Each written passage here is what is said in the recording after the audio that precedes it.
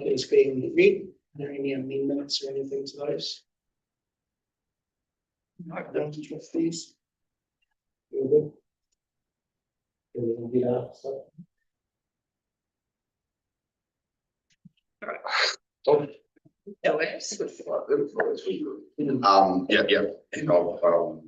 you'll note that one of my directorships stood down from the re-election. So we'll just take those as being passed by consensus. Fine. Any other agenda items or late items for public concluded session? Oh. Approval of the open minutes and matters arising. So I'll take the minutes as being read in the public session. Any amendments to those, trustees? Well, it shouldn't be. No spelling mistakes, John. And the action register, but that's nothing amazing. No, we still need to follow through with Laura and just connect them with our team around the digital sector. There's a bit of movement happening at the moment. So.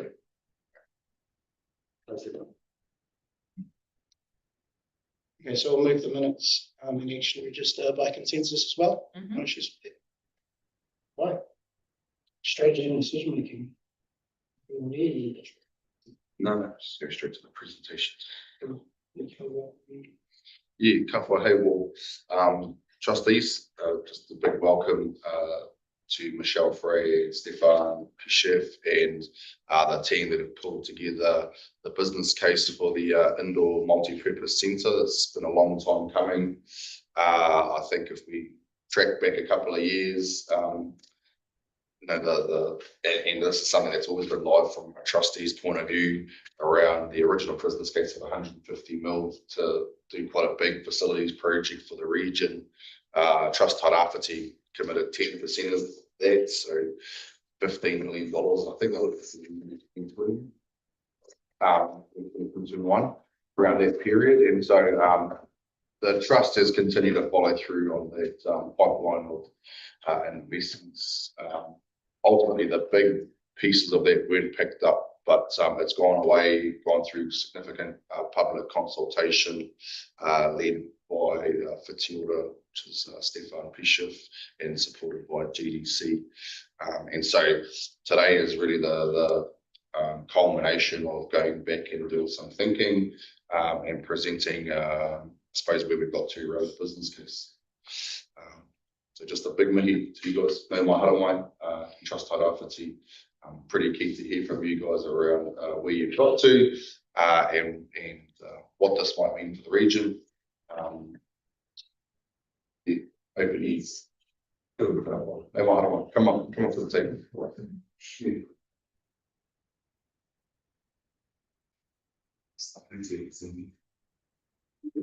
You join us.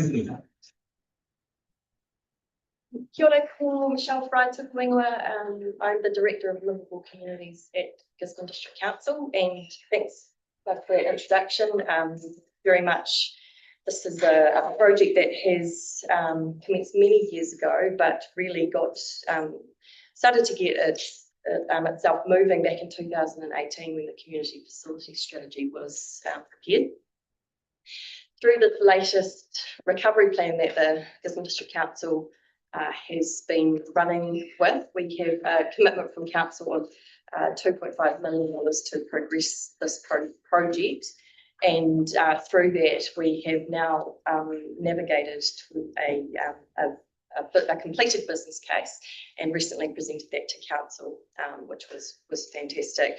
Got really incredible support from Whitiora Tairāwhiti and Sport New Zealand through this project, which we're it's fantastic to have them as part of the team. To produce the feasibility study and business case, we created a steering group which comprised of Moira Brown from Tairāwhiti Trust, Steve Steve, who's here today, which is great, Aubrey Rea, our Gisborne District Council councillor, and myself, and then the working group. And I can't thank the team enough for the work that they've put in. Steve Bramley, to my right, from SGL Limited. Steve and I have worked previously together on in different local authority contexts, and absolutely love the work that you do. So thank you for agreeing to be part of this project and also being here today. Joe Voorhey, thank you so much for the mahi that you've put in, my own GDC staff, and we've also had Rawlinson, Staker, Baker Tilly, Staples, Broadway, as well as RIT nominees involved. So a big team effort and a big milestone about 2 weeks ago when we did present to council, and got a very positive endorsement from councillors to proceed with driving this project forward, acknowledging that there's a long way to go. $2.5 million is just the very start in terms of seed funding, but also trying to get to a place where we have clarity on a sustainable model for creating a facility that can actually endure into the future and can be well operated and well maintained in this community for this region. So Michelle, so just before we proceed, so Steve and Joe, SGL, can you just give a brief of what you actually do? Sure, my children ask me every day, except Sorry, everyone else might no, know. I'm I a, still don't myself. He's gonna wear that top for a few years. Done, man. it's a remote relations sport relation consultancy. I think I'm probably on a short list of one with Sport New Zealand, because often when you're solving facilities, there's a lot of needs assessments that get done in New Zealand, but if you're going to make a facility happen, it's got to be achievable, you've got to be able to fund it, and it's got to be sustainable. And pretty well our skill set sort of moves across with that. One of my skill sets is also as a professional fundraiser. And just a little bit of background, it was great reconnecting with John before, but probably about a decade ago, we were trying to work out how long ago it was, when it was the Eastland Community Trust commissioned myself to have a look at the formation of the Community Foundation, and did that initial feasibility work. Probably was handpicking a group of trustees there that went on to create the Sunrise Foundation. So throughout New Zealand, I've probably developed over 100 different community facilities, ranges from aquatic facilities to indoor stadia to community centres to variety. And this kind of situation where probably we're at towards the back end of today is there's always funding constraints, and it's outside the square thinking. And certainly we wanted to take this opportunity too with Trust Tairāwhiti to maybe just explore what could be some of those options going forward. So, Were you involved with chemicals? no, it wasn't. No.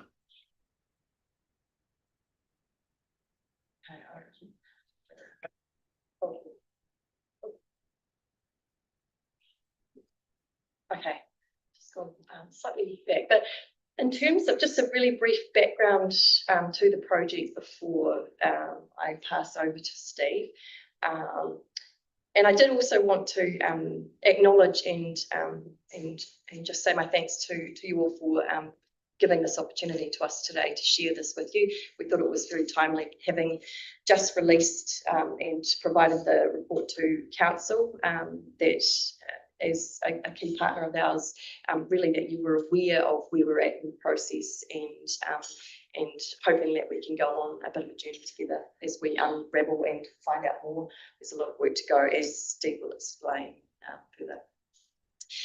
Very briefly, in terms of the background to this project, it's evident, and there's been a whole lot of work done, that there's a critical infrastructure gap with indoor court provision in Tairāwhiti. Actually, the Gisborne region has the lowest indoor court provision in New Zealand, so that is quite telling in terms of the research that we have done, and we do not have a regional event capable facility, so that's a gap there. The network that we do have is aging and fragmented, so we do have several through the school network. This is not Gisborne District Council, but other indoor court facilities. What we do have are limited, outdated, and scattered around the region. The piece that we want to make sure we get right is that affordability piece, because we know that our community and our ratepayer base cannot afford a facility like this unless we get it right, and that we make sure that we have that as our real focus for our solutions. So so we're really motivated to find the answer there, and we know that's not an easy task, but we're committed to it. So on that note, I have introduced the project team, and I'm going to hand it over to Steve. Right. Look, when I get involved with a project like this, you can sometimes, when you start having a detailed look at the need, end up with a solution where maybe there is no need.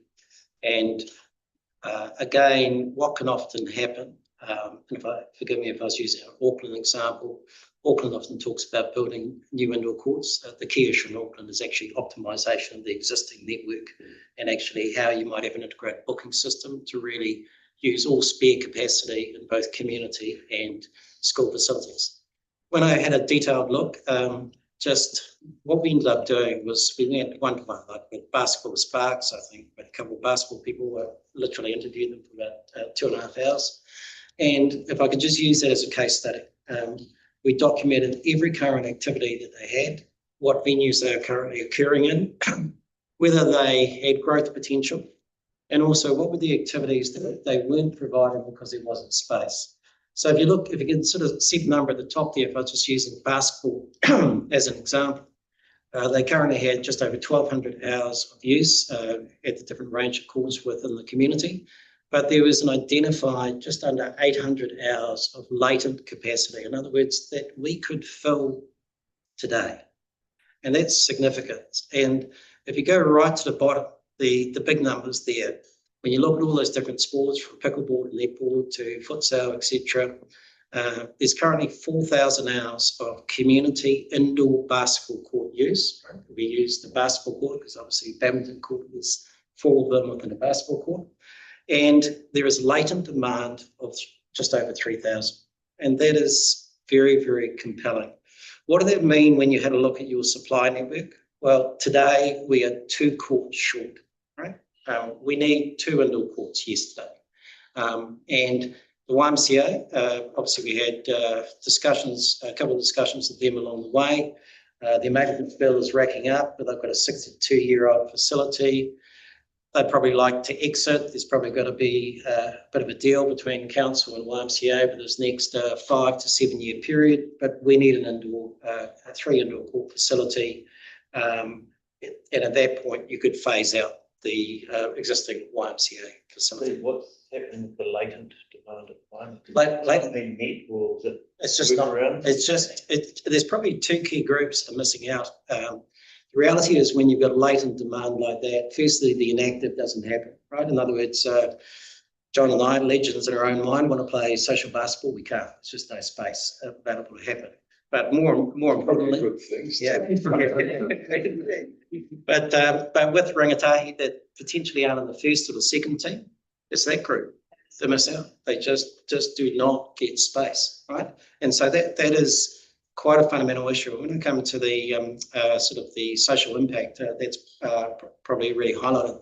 The other issue that also happens too, at probably the other end of the spectrum, we've got talented youngsters. They just can't get gym time. So if you're a talented basketballer, ideally you'd have effectively 3 practices going into regional tournaments, and you might possibly only have a chance to get 1 practice. And I saw evidence of that time and time again. So, but it's particularly that inactive cohort, which really has a overall negative community impact. So we'll go to the next slide. Just so that increased participation, in other words, we've got a 3-court space, we can definitely address that latent demand. The social return, Sport New Zealand did this assessment. I look at a lot of social return. I mean, but normally you might be more in the order of $3 to $1. This, obviously, the physical and health benefits of physical activity, obviously clearly reflected by that social return on investment, but also because of the very high level of latent demand, that number actually rocketed up to be about $10. You'll know as parents and members of this community, our young people and our teams are always traveling. Right? We can't host regional tournaments. If you want to host regional tournaments, you need effectively a 3 indoor court space with adequate court runoffs. And again, several of our courts, probably some of the runoff areas and even the quality of the floor does not mean that we can host those regional tournaments. And wearing my Tairāwhiti hat, what you always want to do is you want to host age group tournaments because mum and dad come, and that's where you get and the rest of the whānau, and that's where you get the real economic benefit. So to have a quality offering, and then the wider environs of Trust Tairāwhiti, so people are coming here for a quality 2-day tournament or a 3-day tournament during holiday periods is really important. We've got some real problems at the moment. So if Ilminster was out, for example, or if YMCA was out, we just got zero resilience. So not only have we got this unmet demand, but we are incredibly vulnerable to an ageing network as well. And quite neat by the Council Civil Defence team. They've got a really sort of global innovation in terms of towers that you can actually, in terms of tsunami, potentially use to gain high ground quickly, and we'll show you that when we come to the design. So we're really clear. I'm a Scotsman, and I was trying a whole lot of different options, right? Mm-hmm. And so at Childers and at Victoria Domain, I was trying to I remember the badminton lady well. I got a bit scared of her, at one stage I was trying to remove her facility. Yeah, no, exactly. That didn't go well. But just trying to look at how you could do a phased development off the back there, and also in that area, because in any community, you want to have multi-purpose venues where you consolidate activity and get a really good co-location benefit. And ideally, they become destinations where families go, and almost once you get there, you decide what you're going to do. And that's the optimal in terms of achieving both physical and social and family outcomes. And so a 3-court space, but also where we put it, became very, very important as well. The process we followed, just to go backwards, to go forwards, obviously there's been lots of past work done, reviewed all those different studies. We spent a lot of time on the needs assessment. We had to be very, very clear on the needs, so what was then genuinely required. There was a long list of sites and really shortlisted, but probably we ended up spending most of the time on the Kiwa precinct and also on the Victoria Domain Children's precinct, particularly because of that co-location benefit. And there wasn't that much in it at the end of the day, but for a variety of reasons that we ended up finally running with Kiwa. And just when you have a look at what's on screen there at the moment, again, probably Councillor Aubrey and I had lots of different discussions. I was trying to put the indoor court really close to Kiwi, but then I was negatively impacting on that outdoor aquatic area. And so, and we really at the moment, we couldn't go to the right or Churchill Park in terms of probably Rangapakata and sort of past early understanding of that site. So it really did end up in that bottom corner. And really the other headache we had was that dotted red line, the sewer pipe. And again, just as we were trying to look at different configurations, it really did end up need to be in the space that you see that orange oval. The other key issue too is if we're going to really have a unique offering, and a unique offering that's going to best serve the community. Obviously, Kapahaka, any Kapahaka venue is never big enough, right? And to have an outdoor area, and again, what you'll see shortly in the design, we spent quite a lot of time, and we got Rawlinsons onto it, and they almost came up with an aircraft hangar solution. But to be able to open up one wall, so effectively, I could be standing on that grass area, watching my child participate in kapahaka on a stage area that might be towards the road at the bottom. So just having a look at how we could really provide a facility in a really cost-effective way that could achieve multiple needs, including eventing. And that gives you a better feel. Obviously, Court 4 is just how we could expand to 4th Court. If anyone's familiar with Pororua, with Tairāwhiti Arena, they've got quite a similar setup. They have a 3 court and then a 1 court, and that works very well. And obviously, what you can sort of see there in the purple areas, all the different changing rooms and amenity, and you end up, if you like, sort of that entrance area. Just again, you don't need that much support space. It's just a reception area, and that at the moment is sort of showing almost like a tournament organisation area as well. So we were trying to keep the footprint down to really optimise the activity space in terms of the court space. Now, this is really quite neat in terms of, you'll see on sort of the left and the right-hand top corners, that we provide 2 towers in the event of tsunami and just areas where you can get to high ground and you know your community well, then effectively you could move up those staircases and effectively have 500 people that can get onto that roof really fast and be safe. It's a 24-hour solution. And by then, obviously, rescue services hopefully kicking in and people get removed from a roof. So just had a look at how we could do that on a cost-effective basis. And what you'll see on the right-hand side is, it's probably not a great visual, but it's actually how you can open up the walls. And I think on the next slide, Michelle, you'll sort of see on the right-hand side, it's that kind of solution that we would use in terms of just being able to open up and you can achieve still effective sidelines by being out on the grass area looking back into the indoor court area. Numbers are always pretty frightening. I spend far too much of my time with quantity surveys. There's 2 different numbers at the top there. If we were to start building this in Q2 in 2028, then it would be open effectively towards the end of the 2029 year. And if we delay that by 1 further year, then we'd be opening towards the back end of the 2030 year. And you know, with escalation of about sort of $700,000 just by delaying a year, and it's effectively in that 22 to 23 million territory. That opening wall solution was surprisingly cost effective. It was about $650,000. We'd obviously want to create a walkway in terms of effective linkage with Kiwa Pools, and we end up with a management synergy.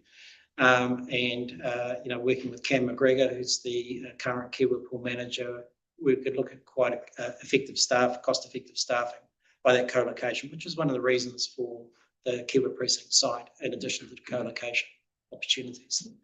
Well, we haven't done the site contamination work there. We're probably just putting a risk factor there of 500,000. We just don't know at the moment. And there might be people around the state with a better understanding than me, but I just get cautious when people start talking contaminated sites. I'm just putting a number there at the moment. And that roof accessible, it has about a 1.7 million cost, and that's a choice as a community. Do we want to go there or not go there? For the 2 towers. Yeah, effectively, you're looking for the indoor stadium, you're looking at a 13-metre roof height. But also has extra structural implication. Not only do you end up with the staircase towers, but you've got structural implication on the roof, which is where probably quite a lot of that cost, extra cost comes. Question, do we have that on the Kiwa Pool? Pardon? Does Kiwa Pool have that? No, on my clearance says no.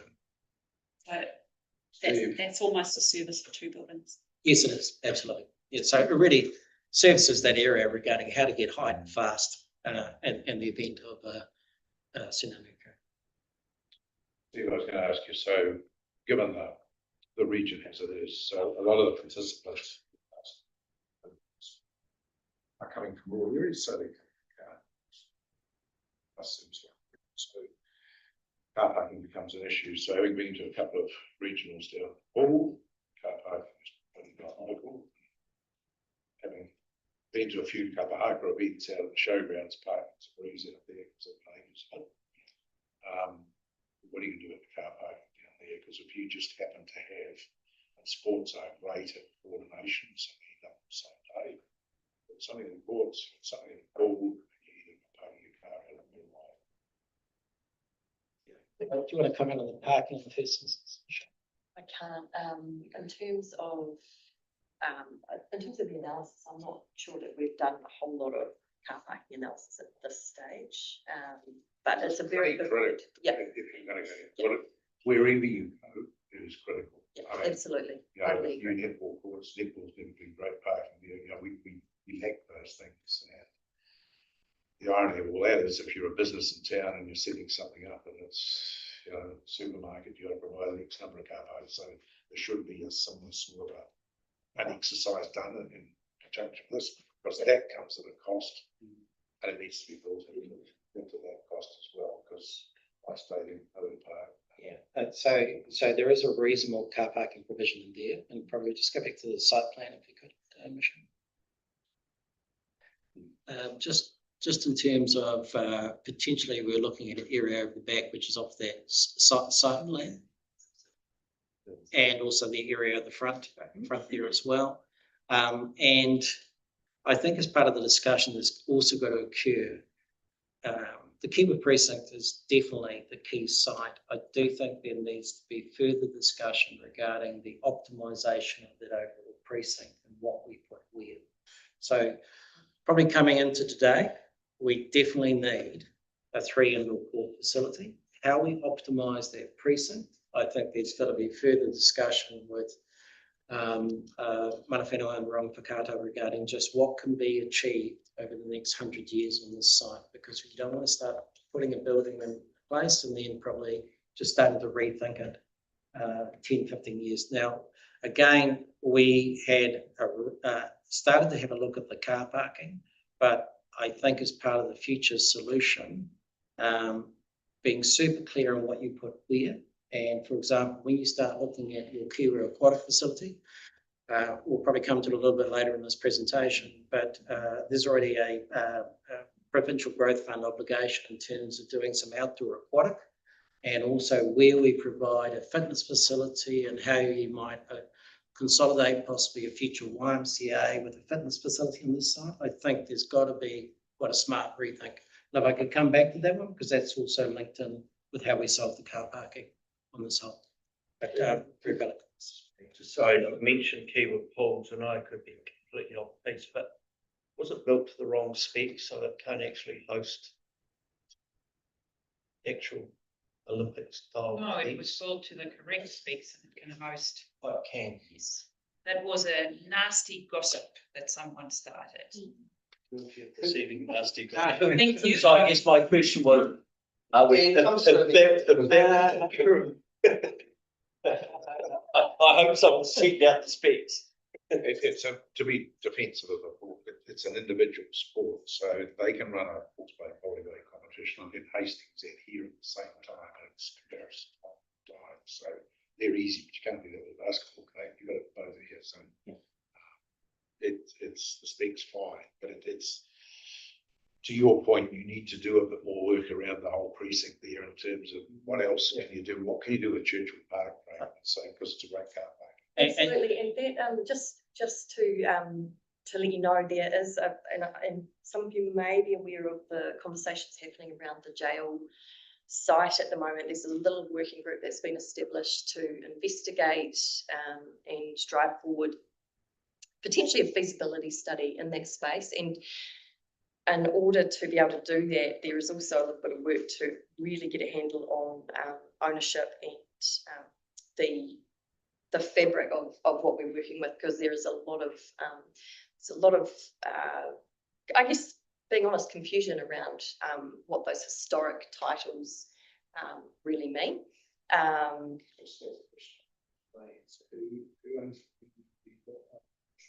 you go back to slide 19, please? Which, Back, you're looking at this slide, yep, there. that one?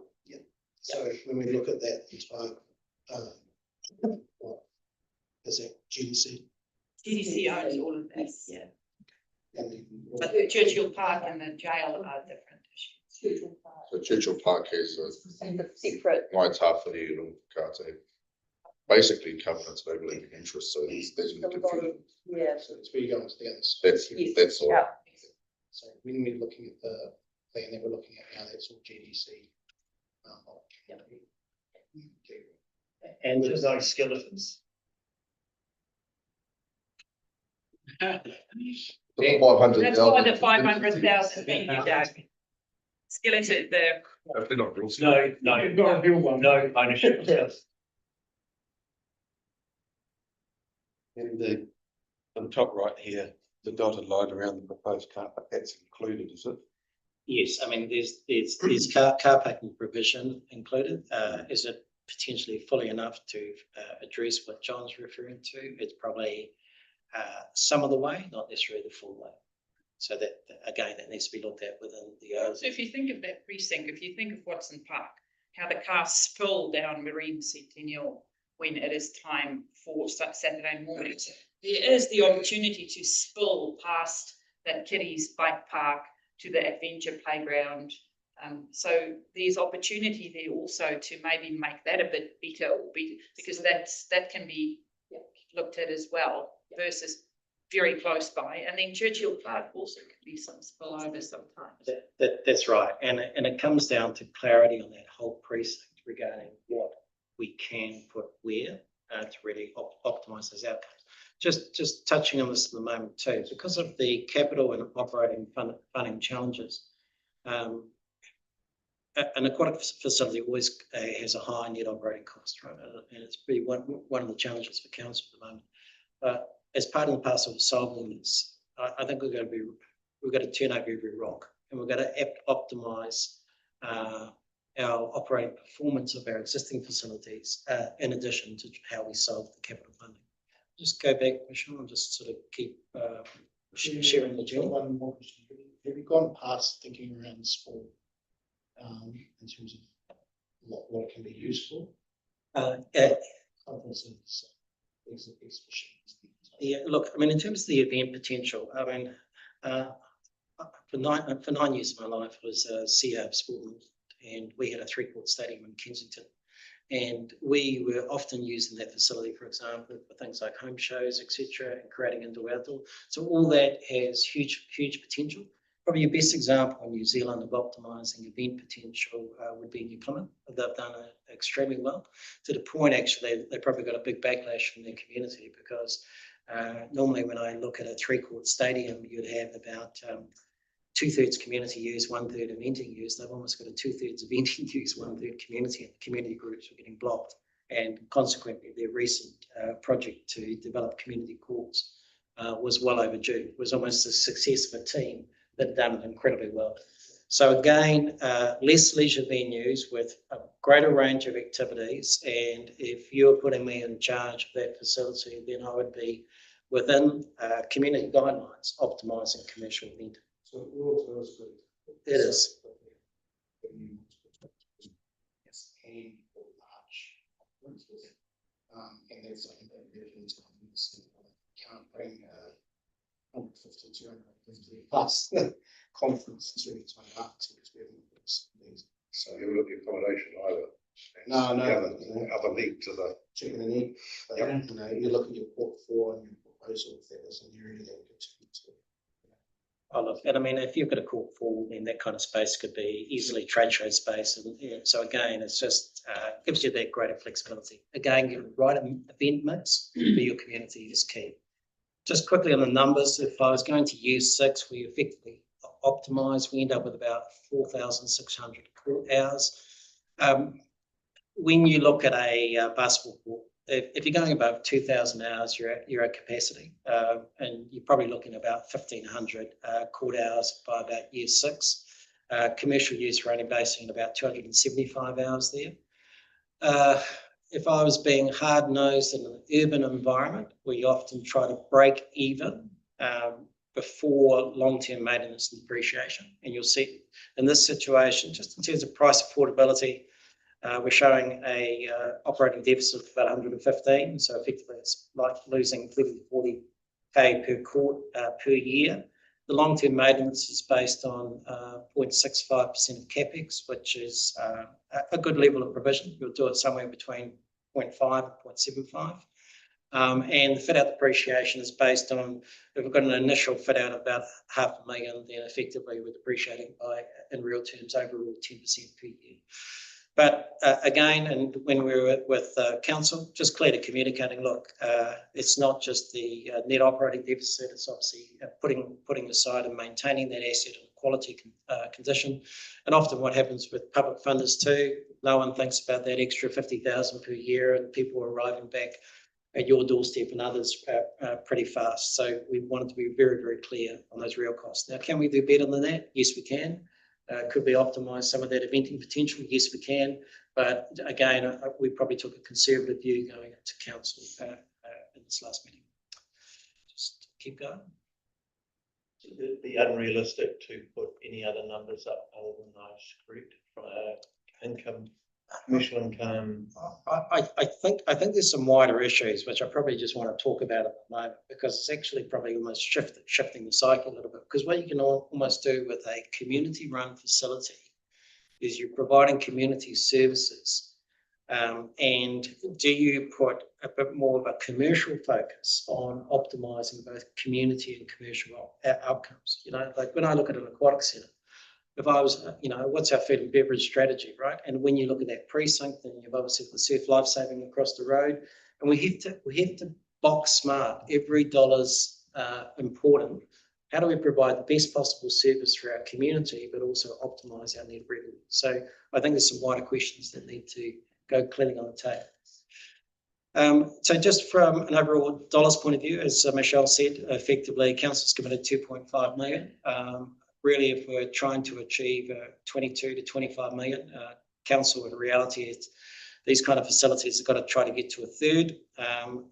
Fully conscious from councillor feedback, constrained situation with as we're in recovery and what we do. And I think it's anything from ownership to governance to management, what we consolidate, how we partner. Right? Because it's things like what is the level of depreciation? And Pauline, who's the CFO, loved her dearly, but we had this conversation where at the moment council's fully depreciating these kind of assets. Right? Well, if I was going on New Zealand benchmarking, normally 70% would be usually funded by council, 30% externally. So do we only need to depreciate 70%? And just that ongoing realistic net operating cost for council, I think we've got to be clear where we need to set that, so we're being prudent but not killing a project just because the operating costs are way too high. And who owns it? And can I use another techniques? You know, there's as many CCOs, council controlled organisations that have worked and have not worked within New Zealand. But quite a good technique can often be what I call an internal board. And you know, when I spent a bit of time with Cam McGregor, you put two switched on people looking left and right. Effectively, they go on the internal board, and they're actually really challenging someone like Cam to optimise the net revenue. And so there's different techniques you can use to actually just start to improve cost recovery, which then makes things more affordable from a net operating cost going forward. And I just go wider, just as probably when I was in town 10, 11 years ago, we were looking at community foundations and optimising endowments. I was putting myself in the hot seat after the council meeting, thinking about, well, what do we need to do and how might we need to do it? And I just, as a critical lead organisation and funder, I just wanted to share with you a couple of examples that have been done elsewhere. So it's what you call a community investment program or a district integrated strategy. What is it? Every funding source, central local government, public-private trust, corporates, individuals, community organisations, you name it. You've got an umbrella platform. What projects are we trying to fund? What's our funding matrix? And that we've got our A team every time actually trying to optimise. So Tinder Foundation, what are we trying to achieve with them? Who's the relationship manager? And where are we trying to take them in terms of whether it's social education outcomes in terms of what's important to them. But equally with central government, really playing that game as hard as we can at any given time. We'll go to the next one if you could, Michelle. Just, you don't just suddenly put a funding matrix and don't have a whole lot of things wrapped around it. If you're going to optimise investment by everyone, it's got to be transformational, not transactional. Not just trying to build an indoor court facility, but trying to create an amazing community that we want to live, work and play in. And these are critical elements that are part of it.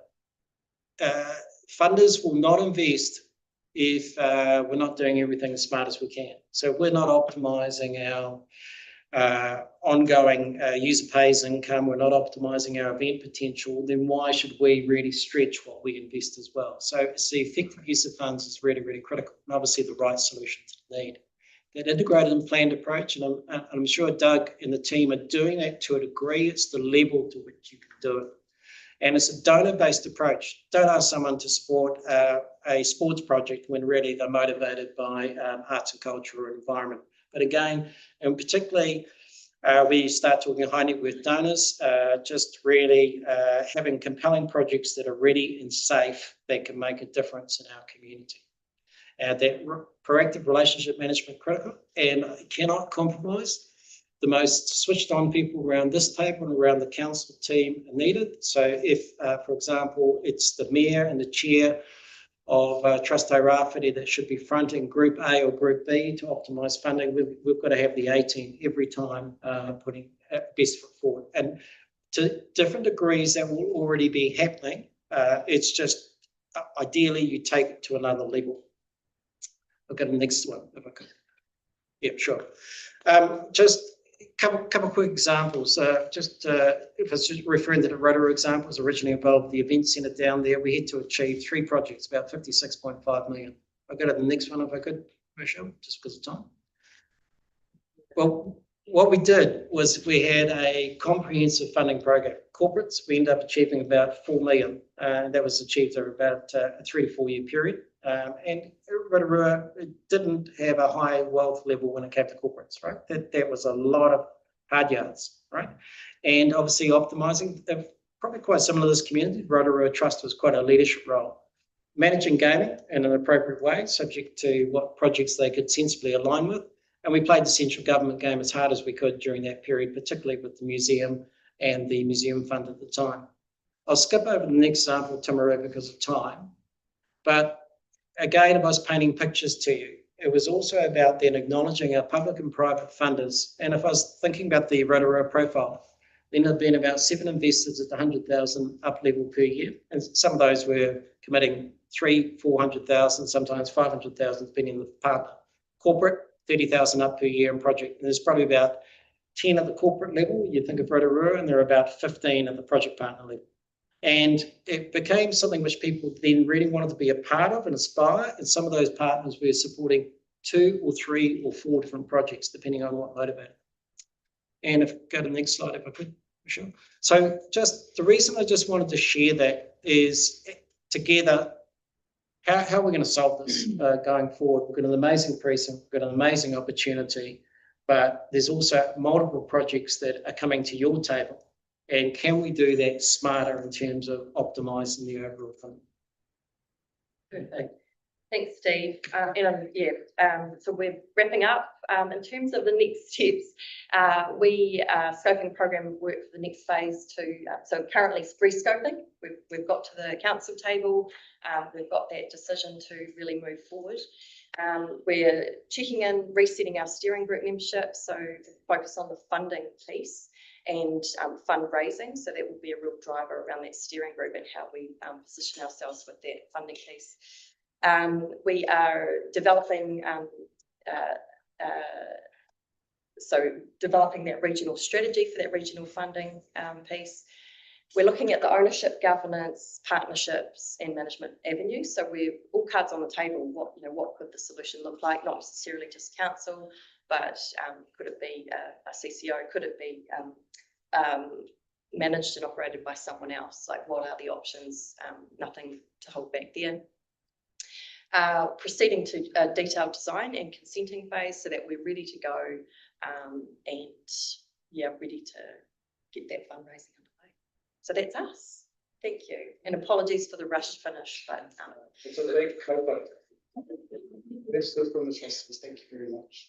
Thank you. So just last question, what's the expectation of budget creep on that initial 27 million? It probably comes down to timeline. So you'll see there that effectively we try to build by, start building by Q2 2028 or start building by Q2 2029.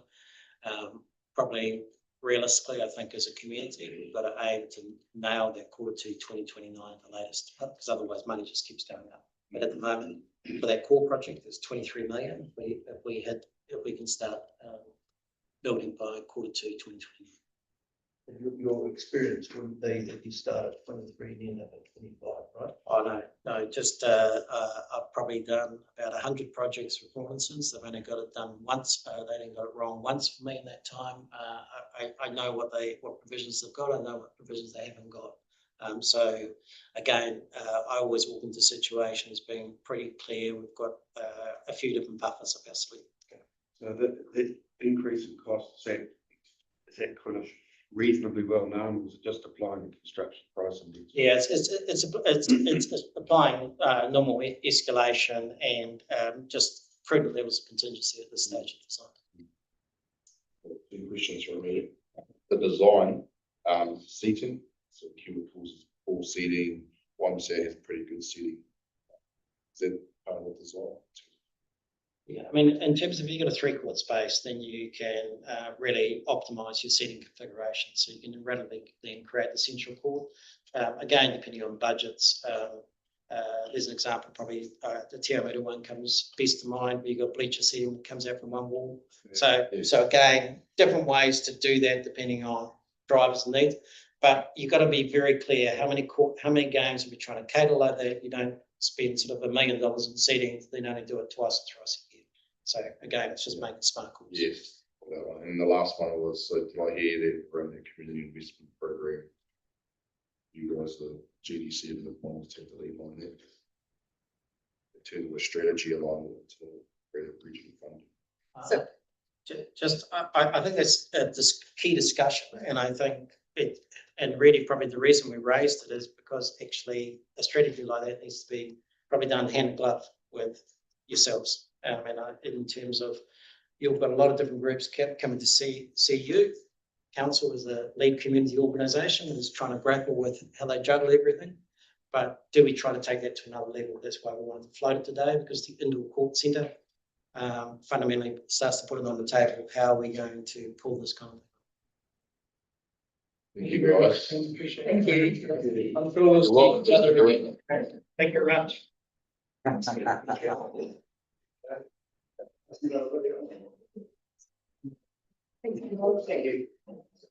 You're welcome. Thank you very much. Thank you.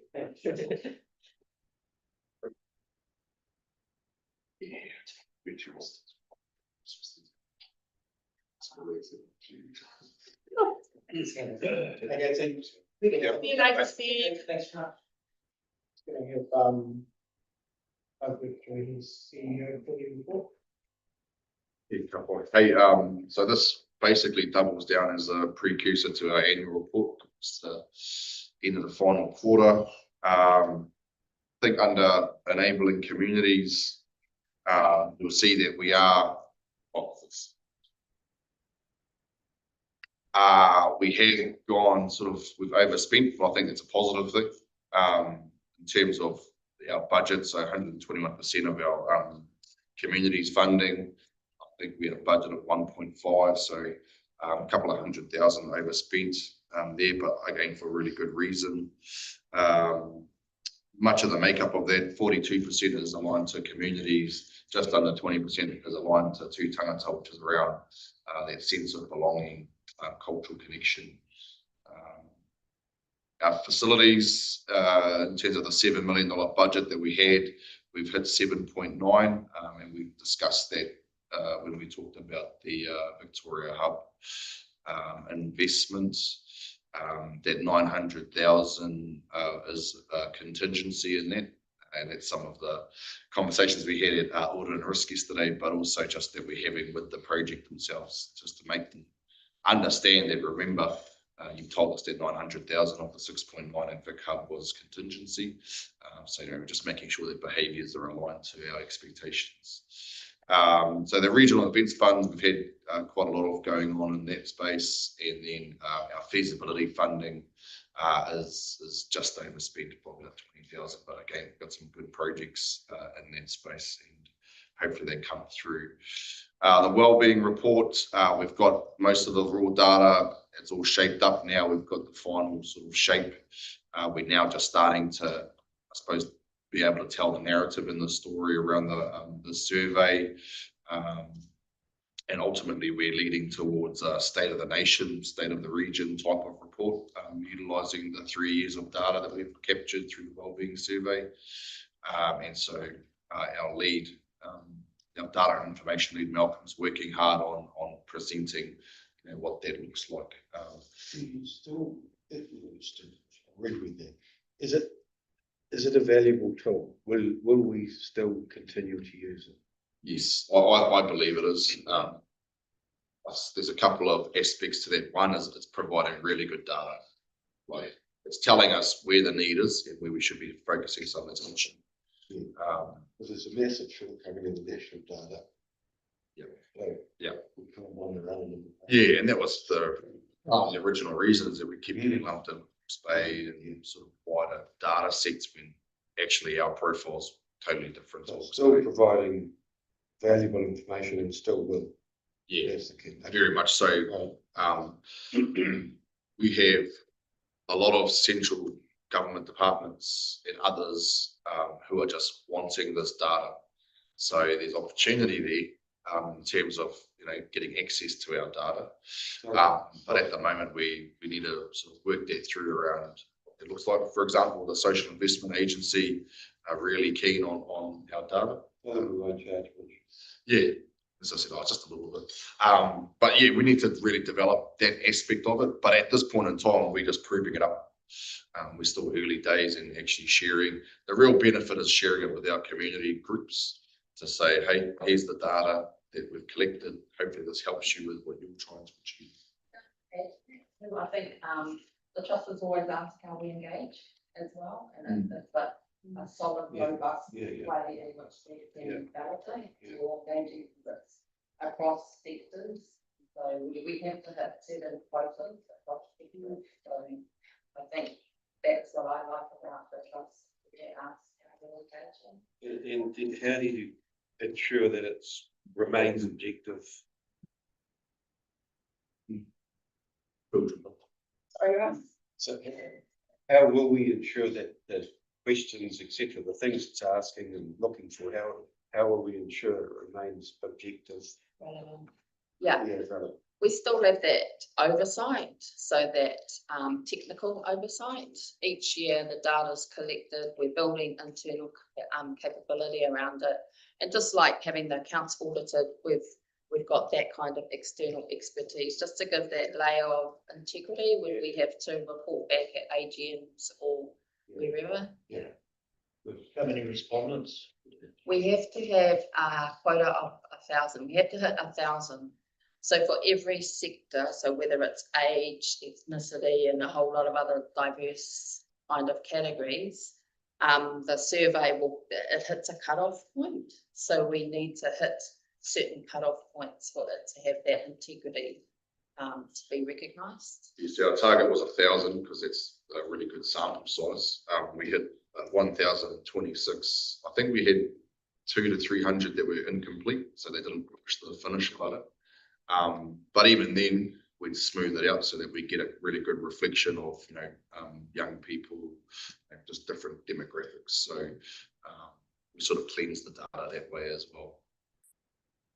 I think this is what you're intending anyway, but I wouldn't be asking when it stops being relevant. I'd just keep it as an ongoing hygiene tool, because the minute you see a change in pattern, it's too late. So you just, if it's consistently coming in as unchanging, that in itself is useful and doesn't mean it's no longer relevant. I think qualification would be having confidence in the messaging, what we're learning from it, and that doesn't have the reach that we're expecting, because we're chasing fairies when they don't exist. That's not. But you're asking the right questions, which you are. No, but it's how many people actually take the time to fill it in, and do we need to? Because obviously, prior to getting on here, I had no idea that there was a wellbeing survey, so I don't know how it's I know there was a big push for the show and that, but how do we get the messaging out to get comprehensive data? Yeah, it's got a good geographic spread from what we understand, because everyone's going to put in addresses and this stuff. So that's why I say around that smoothing data, gender, diversity, geographic location. So we've got, we're pretty happy actually with the spread, including in the young people, rangatahi. Like actually, we get a lot of engagement, a lot of feedback from them. But ultimately, that's who we're designing the outcomes for. So it's really good to get their voice as well. When will it be put together, presented? I think we can have Malcolm come to this board meeting before it goes public.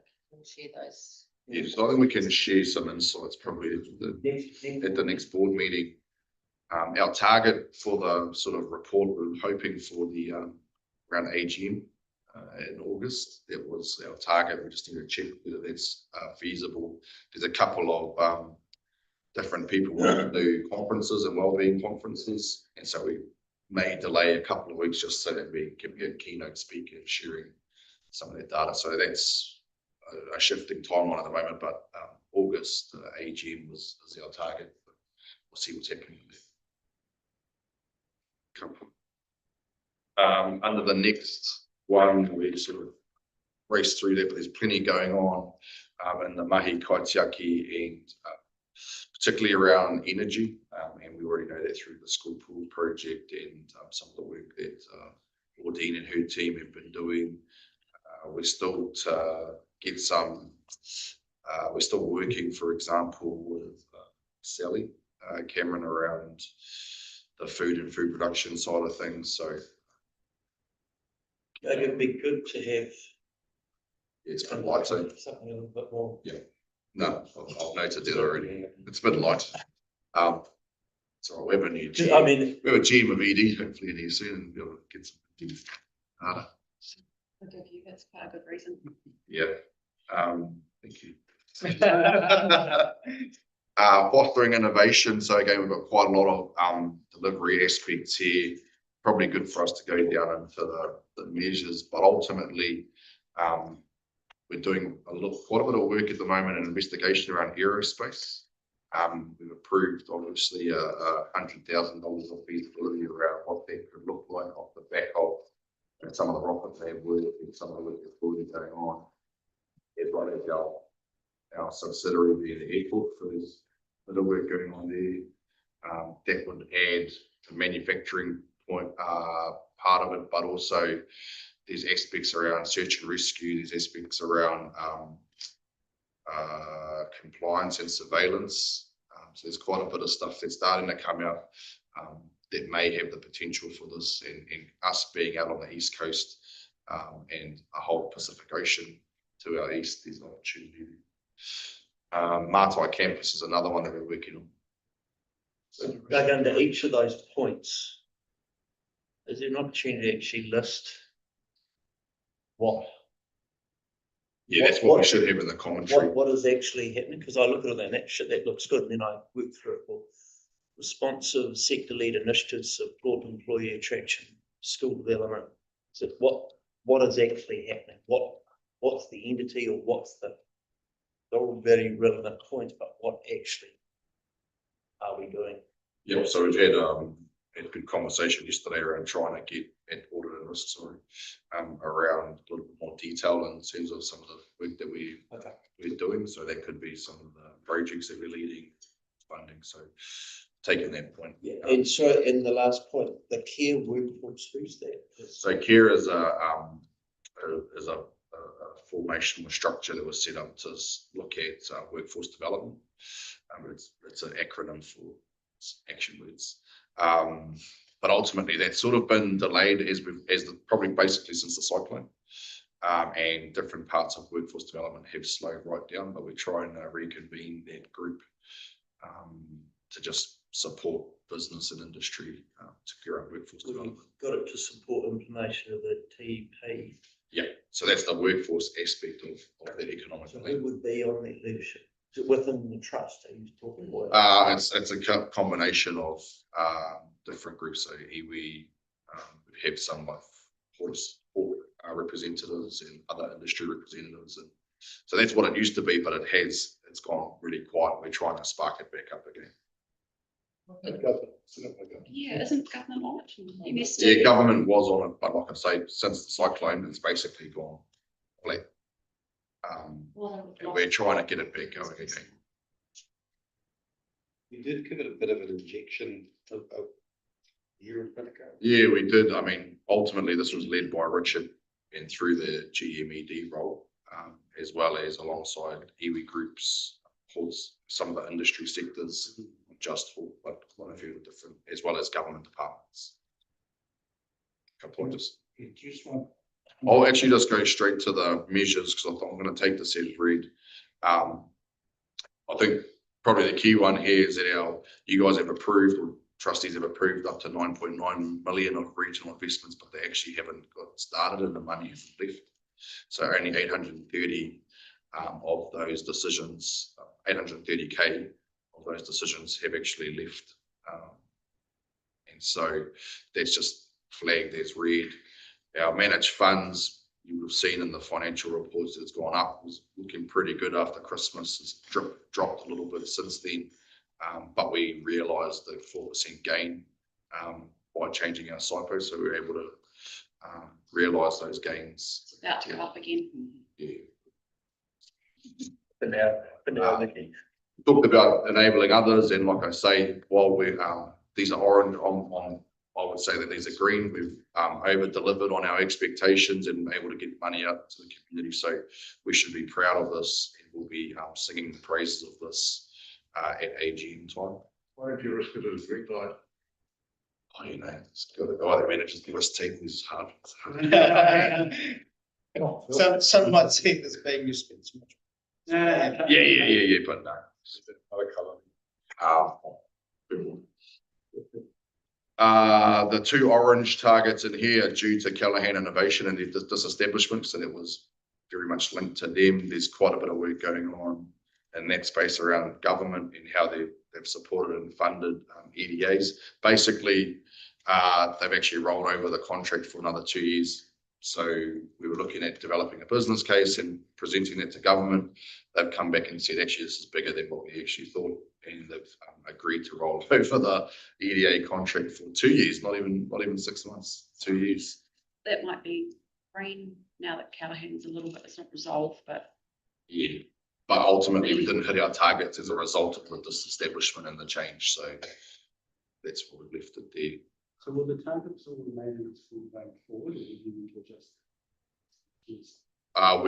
We've been silent on the Callaghan Innovation in the upcoming years and KPIs.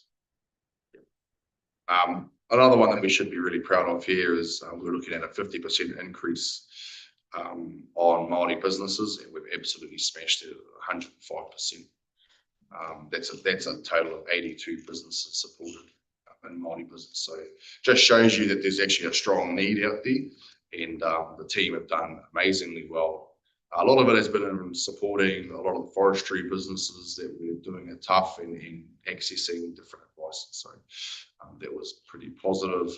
The red here is around Tairāwhiti, the next one. We understand why it's been really slow uptake because obviously businesses are doing it hard. And our capacity and capability, which was Midge to Kani, obviously passed away. So our lead in that space wasn't there. And we've tried a couple of times to give it a little nudge and get some uptake, but we just weren't successful. So I think we've commented before that the cruise ship should be red. yeah. And I think it was green because you were hopeful, but we're at the end. Yeah, no, that should be red, or at least orange. So just one Māori business increased by 105%, but it's not translating into the Tairāwhiti platform. Is that because the platform's not right, or just timing? Oh, I just think we haven't been doing a good enough job to connect them onto the platform, because those aren't the tools that are available, and it's just one of a myriad of tools that our business partners. Sorry, I just had that question too. Is it a good platform? Yeah, I've jumped on it and I use it, but not often. You have to be a really good user of it to really get the value of it. It's like any tool.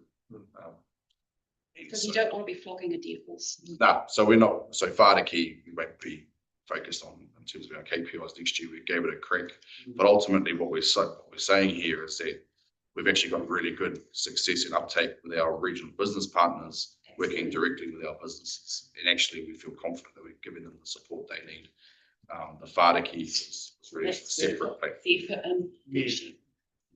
So just on that business page, the metrics are good, you know, on numbers. We have to quantify the economic benefit deriving from that.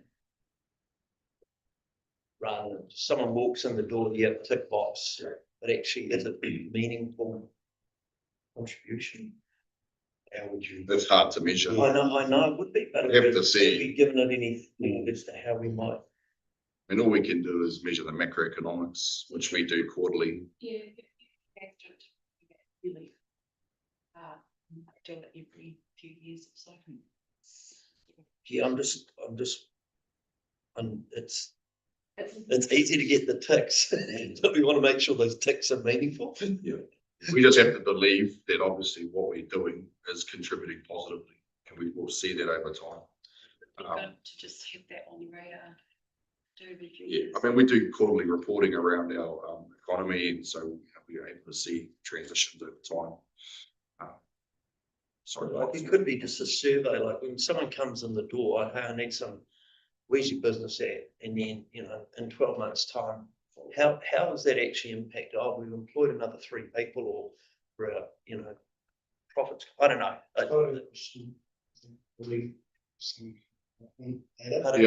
think we can follow up on that. I get what, so I get what you're saying. So you're effectively looking at is how. And I'd have the same commentary around the tourism. You know, there's a really good Tairāwhiti tourism plan, development plan. That's a really good. It's a ton of work. It'll be good to see that stuff, that strategy actually ticked off. So we're I'm not sure this if year. these metrics are going to. No, remember this is last year's plan. Yeah. So this year we've approved the plan. We've got separate deliverables that come out of that particular strategy where we want to deliver on. So we're saying, I think there's maybe 3. We used to get a tourism. On visitor speed and whatnot, and try to link that back to. Yeah. Well, I don't quite where it's going. Yeah, so we still get all that information around from Infometrics around, like I say, that quarterly data around regional spend. We can pinpoint where the blips are when we have events and the credit card spends and those sorts of things. Anyway, I think we'll take the financials as read, probably end up digging in a little bit more. But we do have Phil here for the past meeting, so if you have any for the open session, you can ask him, otherwise you can ask him.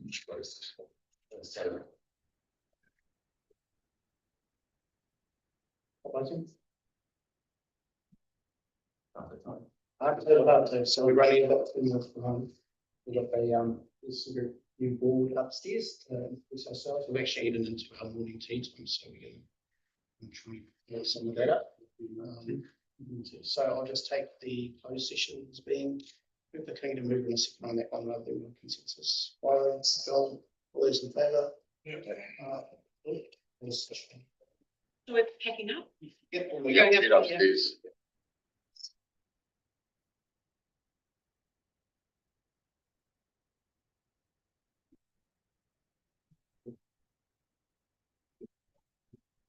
Yeah.